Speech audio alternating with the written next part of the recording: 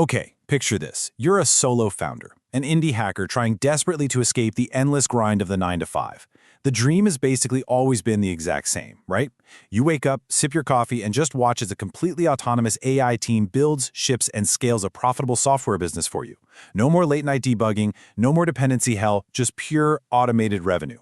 But let's be brutally honest here. Up until now, that has been a total delusion, just a fantasy sold by productivity gurus. But the landscape of AI has shifted violently. The tools have evolved. So we are launching the ultimate experiment. I want you to think of this not as a tech tutorial, but as a high-stakes digital heist. And the vault we're cracking? The traditional SaaS business model. We are attempting something that sounds borderline impossible. We are going to build a profitable micro SaaS using absolutely nothing but open-source autonomous coding agents. Zero manual coding, zero manual commits, real users, real money. So, will it work? Or will our autonomous team just completely spiral into a hallucinated nightmare of broken code and drained API credits? The tension here is incredibly real, because the safety net, it's been completely removed. These constraints you're seeing are absolute. Rule 1, no manual coding or commits. If a bug happens, I literally cannot jump in and fix it. Rule 2, we're using real backends. This isn't some cute local Hello World app. We're wiring up live APIs and deploying straight to production. And Rule 3, the business has to handle real users and live Stripe payments. This is where theory meets reality, because if the agents mess up the billing logic, we don't just get a red terminal error, we bleed real money. Section 1. Assembling the crew, our autonomous hackers. To pull off an impossible heist, you need an elite crew. You can't just open ChatGPT and ask it to code a startup for you.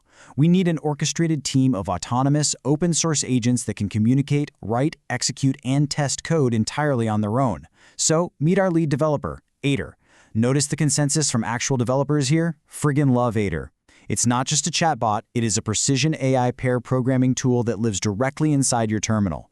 It supports over 100 programming languages, natively maps your entire code base so it knows exactly how your files connect, and most importantly, it integrates directly with Git. It writes the code, and then it automatically commits the changes with sensible messages. For our heist, Aider is powered by the bleeding-edge logic of Claude 3.7 Sonnet and DeepSeek R1. It is absolutely the muscle of our operation. But Aider needs a safe environment to work in. Enter OpenHands. This is our operational command center. It runs our agents inside isolated Docker containers and virtual machines. We give it agent client protocol access, and it essentially turns our coding agents into an always-on engineering team. And by isolating these agents in Docker, if they happen to hallucinate a command to, say, delete the entire file system, well, they only destroy their own sandbox, not our actual host machine. Next up, our orchestrator and memory bank, LangGraph. Look, building a SaaS takes a lot of time. It's a massive, long-running workflow. If an agent hits a fatal error at hour 3, it can't just forget everything it did in hours 1 and 2. LangGraph provides what we call durable execution. It gives our agents comprehensive memory. We're talking short-term working memory to solve immediate bugs and long-term persistent memory across the entire session. If the whole system crashes, LangGraph ensures the agents resume from the exact line of code where they left off. But assembling this crew didn't exactly come without some drama. Originally, we were going to use Microsoft AutoGen to orchestrate our multi-agent team. It was literally the pioneer of agentic frameworks. But take a look at the reality now. Officially abandoned. AutoGen is sitting in maintenance mode, basically relegated to the open-source graveyard while Microsoft pivots to some new enterprise framework. So we had to pivot mid-heist, relying entirely on LangGraph to keep our crew coordinated. Because in the startup world, if your tools die, you either adapt or you fail. Section 2. The Architecture of Chaos. Cracking the Vault. We have our crew, so now let's look at the vault. This isn't a static web page we're making. It's a highly complex SaaS architecture built from scratch. This is what we call the architecture of chaos.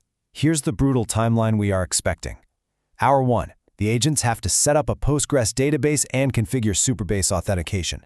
Hour 4, they need to initialize a Next.js full-stack framework and deploy it live to Vercel. Hour 8, the ultimate test, integrating Stripe for recurring subscriptions, managing webhooks, and routing real money. Guys, these are real-world APIs with incredibly strict security protocols. Human senior developers literally spend days crying over Stripe webhooks. Our agents have to do it completely blind, guided only by documentation and their own logic. But how do we even know if it actually works? An API returning a 200 OK status absolutely does not mean the website looks good or functions correctly for a human user. So enter our automated QA tester, browser use. This incredible open-source tool lets an AI agent navigate the web exactly like a human does. It opens pages, visually assesses the screen, clicks buttons, fills out forms. It currently sits at number 1 on the Odyssey's leaderboard for autonomous web tasks. Browser use will physically click through our deployed SaaS to ensure the checkout flow actually works in the real world. Which brings us to a massive underlying question. Because writing syntax is one thing, right? Aider can blast out a Python script in seconds. But can autonomous agents truly understand business requirements? Can they translate a vague prompt to build a SaaS that charges for PDF generation into a secure, scalable, and visually appealing product that a human being will genuinely want to pull their credit card out for? That is the real gamble of this entire operation. Section 3, where it will all break, the friction points. It is time to rip away the false security of pristine GitHub readmes. In theory, all these tools are magic. In practice, software development is absolute chaos. If we just let the agents run, they're going to hit walls. We have to predict these failures before they destroy the experiment. On one side, we have Aider's incredible power, over 100 languages and seamless auto-commits. But on the other side, the massive, looming risk of hallucination loops. Think about it. What happens when Aider hallucinates a package that doesn't actually exist? It runs npm install. It fails. It tries to fix it. It fails again. It auto-commits broken code. Suddenly, you're trapped in an infinite loop of dependency conflicts, just burning through API tokens by the minute while your codebase devolves into absolute spaghetti.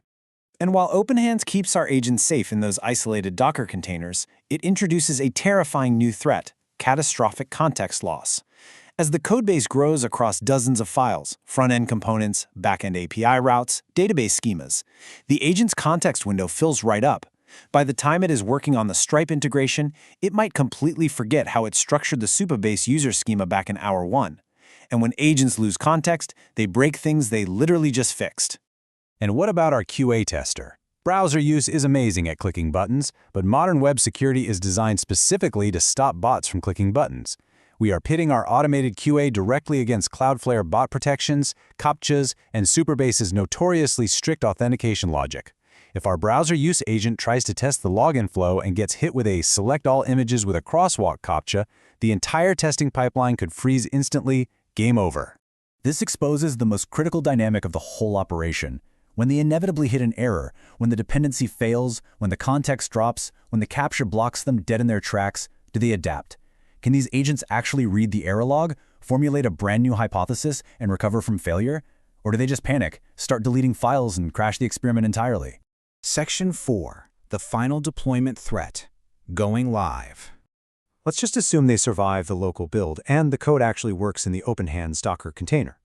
Now we enter the highest stakes phase of all: pushing live to the internet without a human safety net.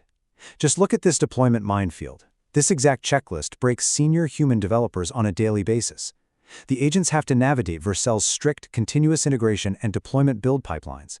If there is a single unhandled TypeScript error, Vercel will reject the build. They have to correctly route Supabase edge functions for low-latency database queries.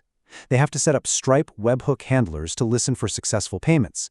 And they must flawlessly configure persistent environment variables across all these different platforms without accidentally leaking them to the public internet. The tension literally hits a peak here. What happens when production breaks? When you deploy locally, it works fine, but when it goes to Vercel, it throws a mysterious 500 internal server error. There is no human to SSH into the server, there's no human to check the Vercel logs, grab a coffee, and Google the solution on Stack Overflow. This requires our final fallback mechanism. If production breaks, we are relying on Claude-managed agents. Built straight into Anthropic's platform, these agents run in fully managed stateful sessions with a persistent event history. We will literally point the Claude agent at the Vercel deployment logs and tell it to figure it out. It has to act as the DevOps engineer, read the live server errors, communicate back to Ada to push a hotfix, and then wait for the Vercel rebuild to turn green. We're talking machines debugging machines, live in the cloud. Remember the ultimate metric of this entire heist: 0 touches. That is the exact number of times I'm allowed to touch my keyboard to write code. 0 human intervention. If the heist fails, we publish the failure. But if it succeeds, it completely redefines what a solo founder is capable of in 2026. Which leaves us staring at the ultimate cliffhanger. Even if Aider, OpenHands, and LangGraph successfully navigate the dependency hell, even if they bypass the captures, survive the Vercel build process, and successfully integrate Stripe payments without losing our money, it all brings up one final, absolutely terrifying question. Can AI not only build a startup from scratch, but actually get customers and generate real revenue? That is the true test of the founder delusion.